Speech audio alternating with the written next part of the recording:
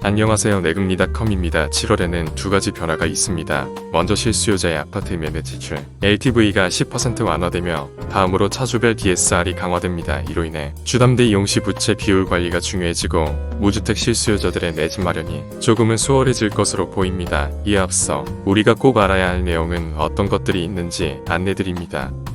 투기지역 투기과열지구의 실수요자 우대 혜택이 6억원 이하에서 9억원 이하로 완화되었으며 청약조정지역은 5억원 이하에서 8억원 이하로 완화되며 급등한 집값을 어느 정도 현실적으로 반영했습니다. 부부합산 소득도 8천만원 이하였던 것에서 9천만원 이하로 생애 최초 구입자인 경우 9천만원 이하에서 1억원 이하로 완화됩니다.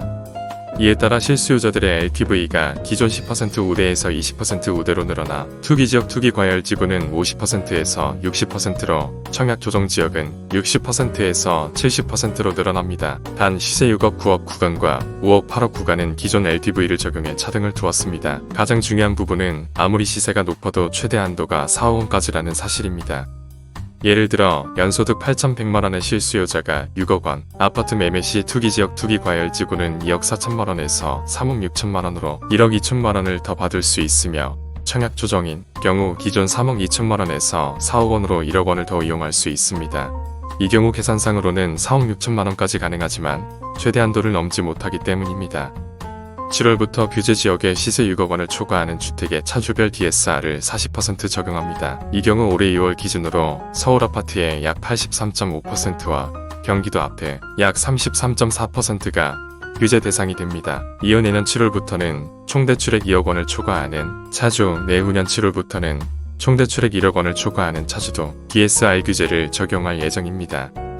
DSR을 낮추기 위한 해결책으로 단기간에 소득 증가를 기대하기 어려우니 보유 중인 부채 관리가 중요해지고 있으며 7월 이후 어떤 상황이 벌어질지 모르니 DSR 강화 전 미리 돈을 빌리려는 수요가 증가하면서 국민신한나, 우리농협은행 등 5대 은행의 5월 주택담보대출이 크게 늘었습니다.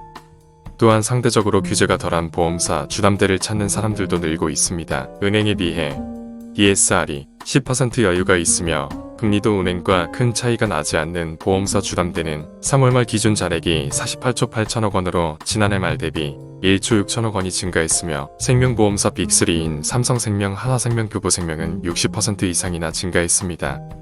7월부터는 내 집 마련을 하는 사람들도 보유 중인 주택으로 자금을 마련하는 사람들도 달라진 LTV와 DSR을 적용해 대출을 받아야 합니다.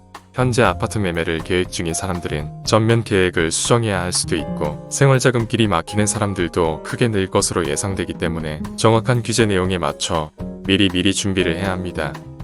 무주택 실수요자 아파트 매매 대출 LTV 완화로 달라진 정확한 내 가능 금액이 궁금하다면 강화된 차주별 DSR 때문에 자금 마련에 문제가 있는 건 아닌지 궁금하다면 스마트한 금리 비교 사이트 내금리닷컴 무료 상담을 이용해보세요.